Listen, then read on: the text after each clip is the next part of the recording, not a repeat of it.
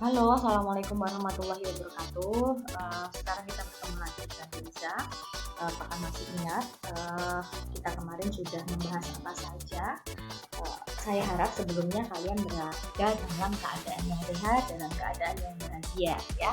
Sebelum menyimak video kita yang selanjutnya di dalam pertemuan ketiga ini nanti, jangan lupa nanti kalian harus makan dulu, harus istirahat yang cukup dulu supaya bisa menyimak video ini. Oke, penjelasan dari Lisa di mata kuliah pembelajaran mikro.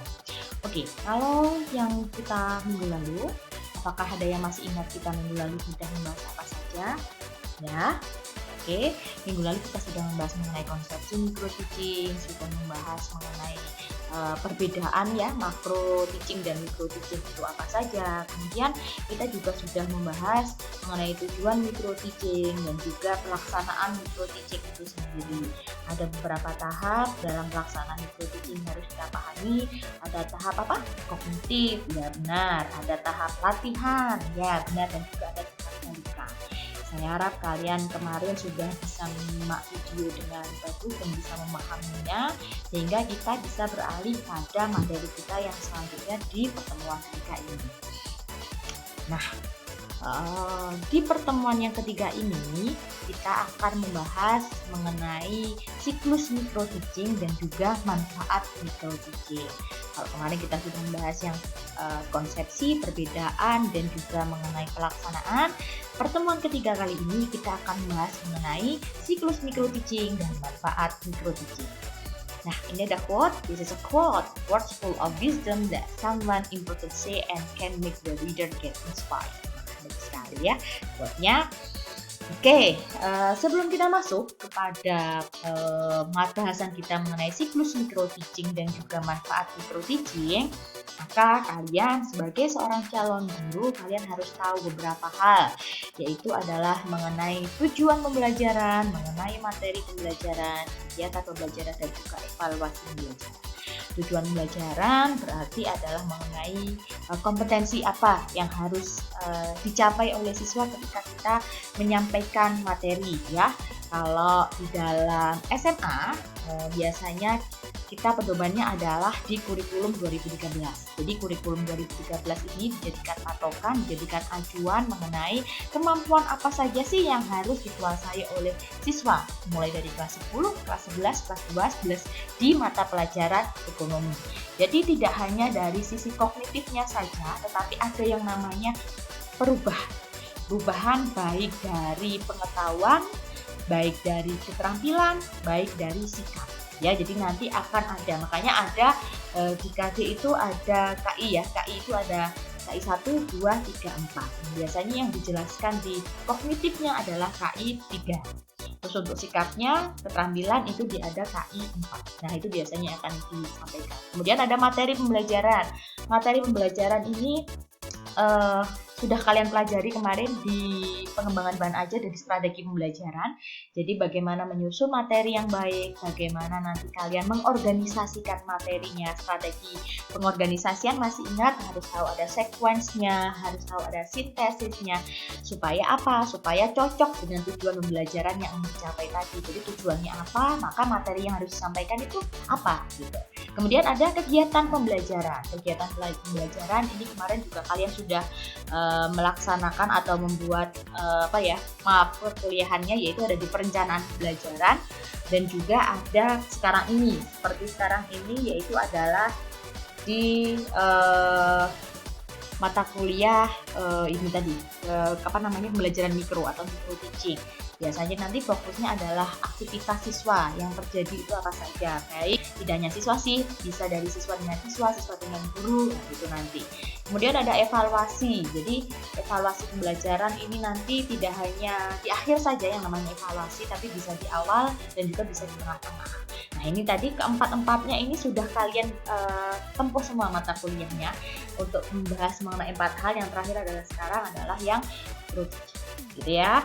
Nah, sekarang kita beralih ke materi inti kita, yaitu adalah di siklus micro teaching. Di siklus micro teaching ini ada 7 tahapan yang harus kalian pahami dan juga nanti step-step yang harus kalian lakukan sebelum menuju yang terakhir, yaitu adalah bisa praktiknya seperti apa.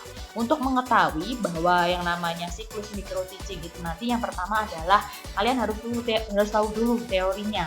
Teori ini bisa berasal dari buku dan juga bisa berasal dari hasil penelitian.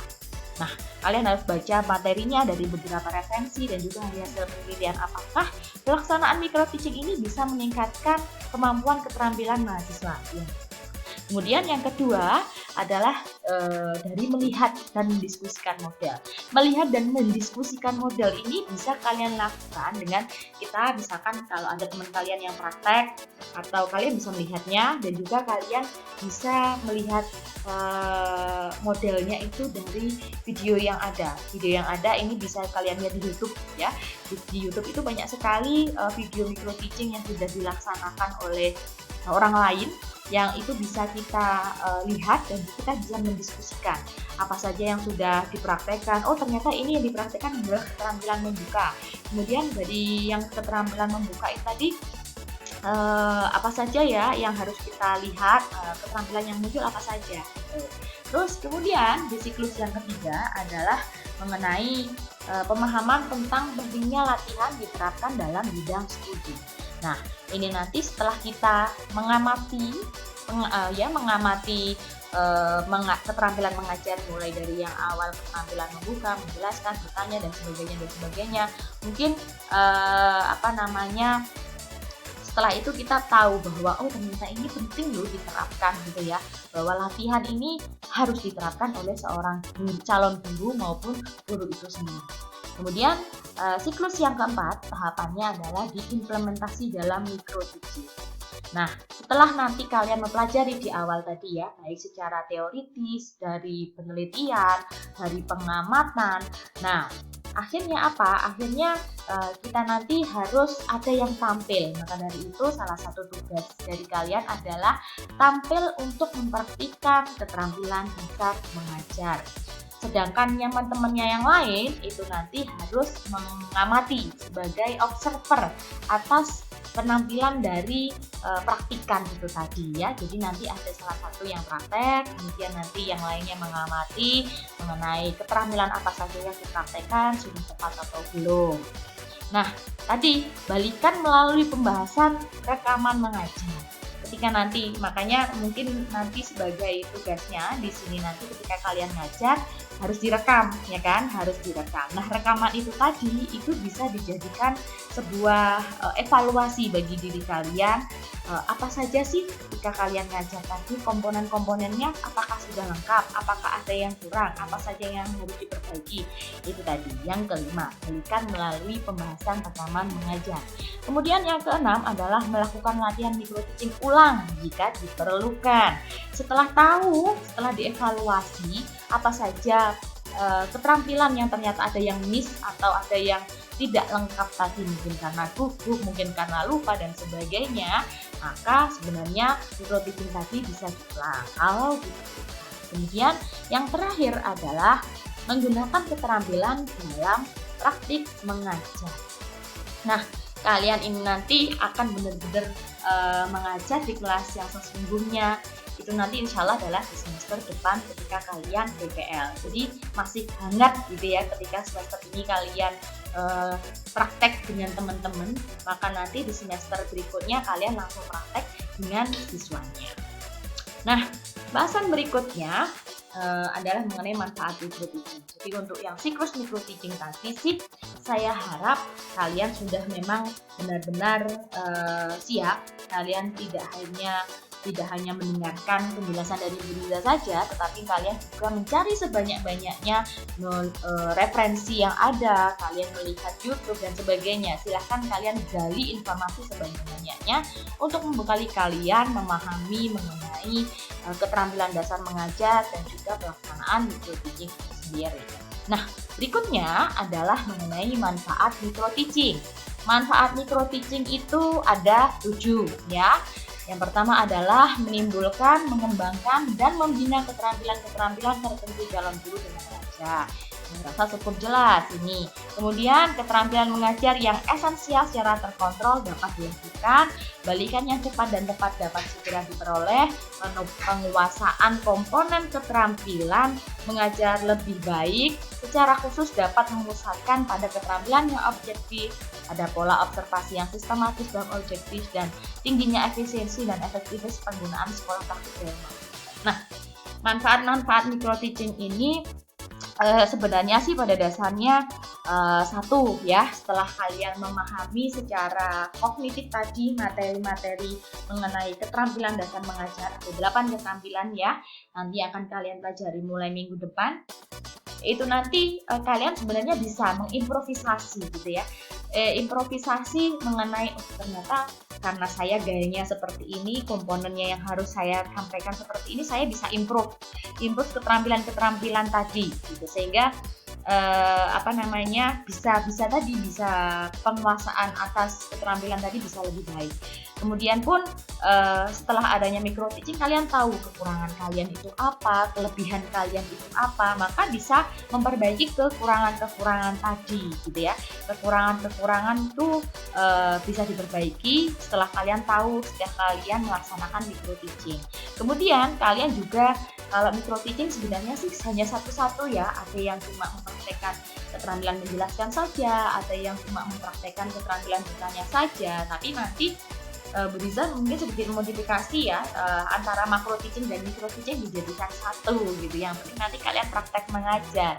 Terus ketika nanti ada yang ternyata ada praktikan dan ada observer gitu, ketika yang teman kalian yang praktek, yang satunya mengobservasi, maka kalian akan tahu bahwa berusaha menjadi observer yang objektif gitu ya. Jadi nilai teman kalian ya, ini komponennya kurang ini, dan yang dikomentari nggak boleh baper gitu ya, karena si observer berusaha memberikan komentar secara objektif sesuai dengan pedoman yang ada. Jadi nanti kan materi yang sudah saya sampaikan di bukunya Bu Aufah yang di Cipejar itu, di belakang sendiri ada lembar observasi. Kalian ya mengobservasinya sesuai dengan itu tadi, lembar observasi yang ada, nggak boleh di luar itu tadi. Nah, ketika kita sudah melaksanakan micro teaching pun, nanti setidaknya adalah ketika kalian praktek PPL gitu ya, nanti kalian sudah merasa agak pede gitu, karena tahu bahwa saya nanti caranya mengajar seperti ini.